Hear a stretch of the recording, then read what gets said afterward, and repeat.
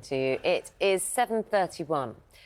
The mother of one of 4 teenagers who drowned after a car crash in North Wales last November has been to Parliament. It's part of a campaign for tighter rules for young drivers. Crystal Owen wants the government to introduce a graduated driving licence for people under the age of 25 to include a minimum learning period, restrictions on passenger numbers and rules around driving at night. Our reporter Tim Muffet spent the day with Crystal.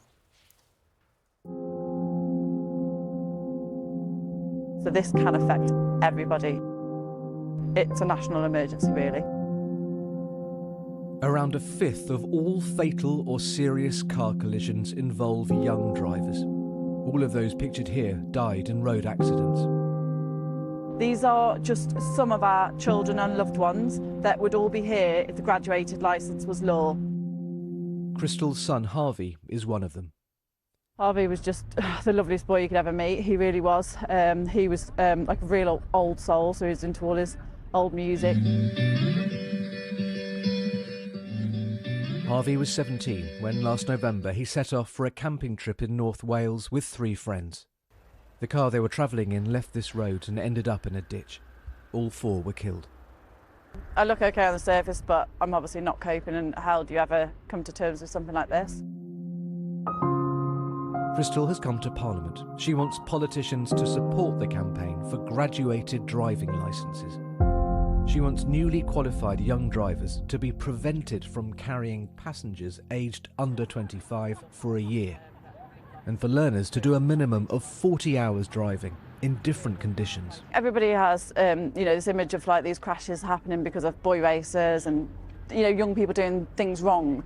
But it's not often the case. The majority of these crashes are actually caused by inexperience. What are you hoping to hear from the politicians you meet today? To commit to take action. Young drivers, they're 4 times more likely to crash with passengers. Why on earth is nothing getting done? Crystal's going to meet senior politicians from both sides of the House. Newly qualified drivers are already treated slightly differently. If you get 6 penalty points within 2 years of passing your test, you lose your licence and have to retake. But Crystal, bereaved families and safety campaigners want things to go much further, and so does the AA. This is a national crisis, and we don't think it's had the attention from the top of government that it really needs. Leading cause of death of young people.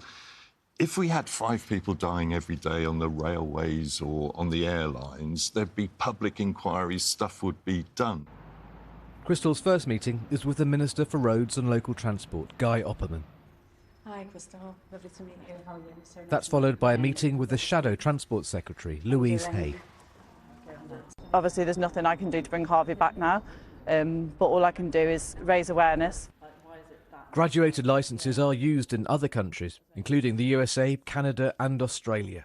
Campaigners say they've helped reduce serious road accidents involving young drivers. How did it go? Yeah, I feel like I've been heard. She said that they'd be keen to get a group of experts together to look at how it could be implemented, with minimal impact on young people. You met the Roads Minister, Guy Opperman. Yeah. What did he have to say? They've agreed to consider GDL, graduated licences, in their road safety strategy. So they said they did state that they wanted to look into other methods as well and research whether they can be as effective.